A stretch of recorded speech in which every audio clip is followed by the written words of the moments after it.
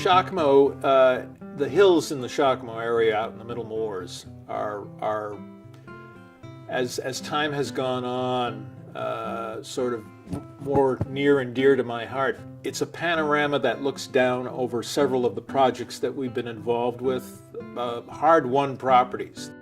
I'm reminded of the individual introductions to family and the people in the family and getting to learn their interest in putting their land into conservation. There are people with every site. There's a family, there's a group of kids that grew up playing on those properties, and it all comes back to those kind of emotions.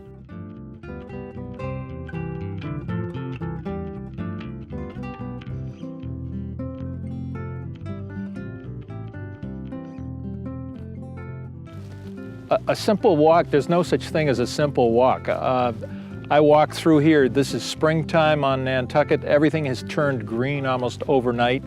I was out yesterday looking at plant material, and we were driving down the road, and it was like all of a sudden every plant on the island was saying, "Look at me, look at me." There were flowers in bloom, there was this spectacular limey green color that comes in the early spring when I always tell people that during the winter season we have 1,000 shades of gray. During the summer season and the early spring particularly, we have 1,000 shades of green.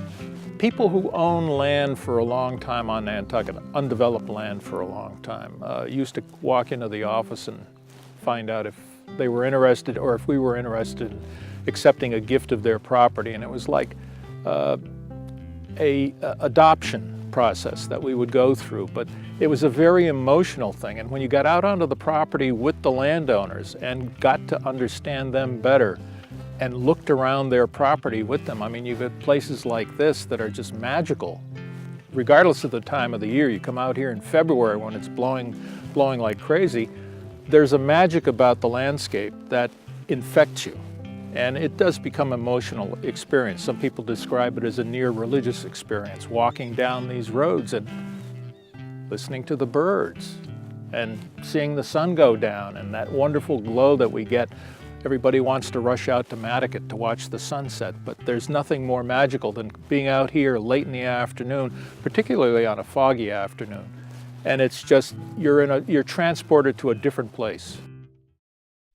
Roy Larson, who hired me, met me my first day at the job on the corner of Center and Main Street, and I was all dressed up with a sport jacket and tie, and he looked at me and he said, "What do you need that for?" And he insisted that I take the tie off, and off we went. Roy said, "Well, we're going to show you where your office is." And we walked to the back of the space, and there was a closet about, maybe 10 by 8. That they walked me into, and there was this pea green desk sitting in the middle of the space. It was more of a table than it was a desk. No paper on it, no nothing on it, no pencils, and there was a chair, and that was the office. The original founding fathers of the organization had experiences and the presence of mind to be able to look down the road and say things were going to change. The commonly held expression was, if you don't own it, you can't control it. And development was just starting to get rolling, not on a very large scale, certainly not of the scale that we've experienced in the last 20 years or so, but all of these people felt strongly that if they didn't do something then, the game would be lost. And I think in retrospect, they were absolutely on the point, because many of the projects that we got involved with, had we gotten there a year afterwards, it would have been too late. The land would have been developed. We ran into a guy during the Daffodil Festival. He was here visiting and hadn't seen him for a while. And he said, "I've just come back to the island, and one of my chores today was to run out to the dump. And as I drove out to the dump, I passed the Sanford farm." And he said, "I had a flashback because I knew that the foundation got involved in that property, and can you imagine how bad it would have been had that land been developed?" Many of the foundation properties were at risk. We have rescued numerous properties that had just been subdivided, where the density would have been horrific given the time that this was being done. As an example, Matawasham Valley, which is down on the south shore on the east side of the airport, that property there is probably about 120 acres. It had been subdivided by the owner, ready to go to development, with 240 lots on it. And if you can imagine, as I often do, driving down into Matawasham Valley, to have the edges of the valley just littered with houses and cars and all the rest that goes along with it, rather than people going down there today and enjoying it as a point where they can get to the water, to sit on the beach and read a book and enjoy the day. If you're coming out of Tom Nevers Road and go straight ahead into the Middle Moors, that was supposed to be about 275 houses there. And it was by good fortune that Roy Larson had a relationship with the then owner of the property, a guy by the name of Jerry Ayers, who at the last minute came to Roy and said, "We're about to do a subdivision out here, and you guys interested in acquiring the property? I got a price." And Roy said, "Sure, we'd love to buy the property." And he gave us the price, and I've forgotten, I think it was about $275,000. The university field station, which the foundation purchased. Can you imagine this property, which has 2,000 feet of harbor frontage?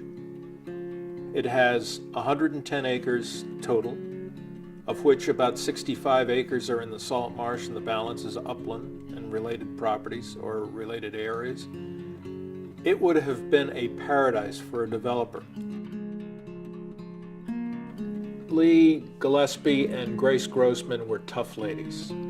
They took no prisoners. And when they came to see you, and I have a great story about someone that was being pursued by Grace, who knew they were being pursued by Grace, finally sheepishly came to her office on Federal Street, walked up the stairs and said, "So how much do you want?" And Grace says, "Well, it took you long enough to get here." Roy Larson also had this bad habit of smoking cigars, as I did back at the time. And Roy had this great connection to Cuba, because the Time Inc. reporters would go down to Cuba. This was before things got closed up. And they'd come back with pocketfuls of Cuban cigars, and they all got dropped on Mr. Larson's office desk in New York, and he would bring a batch of them up to Nantucket, and then we'd go clomping across the rutted roads at the Cranberry Bog, pull up onto the grass overlooking the bog, and off in the distance Tom Larrabee is working, and the two of us are sitting in the car smoking cigars.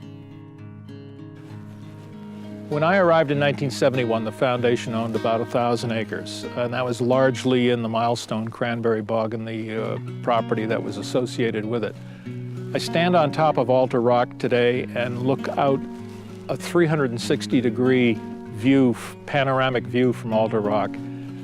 There, right in front of me, is 3,500 acres that I've played a personal role in trying to protect over the years. And we've been, fortunately, with all the people who've supported the organization, with the staff that we have, with the board of trustees that serves without being paid, we've done a wonderful job of accumulating that acreage. But in total now, about 9,000 acres scattered all over the island, places like Squam and Squam Swamp, Eel Point area, the Matawasham Valley area. Sanford Farm was one of our first and earliest and most successful accomplishments, and it's probably our flagship property today, with the thousands of people that walk through there during the course of the year.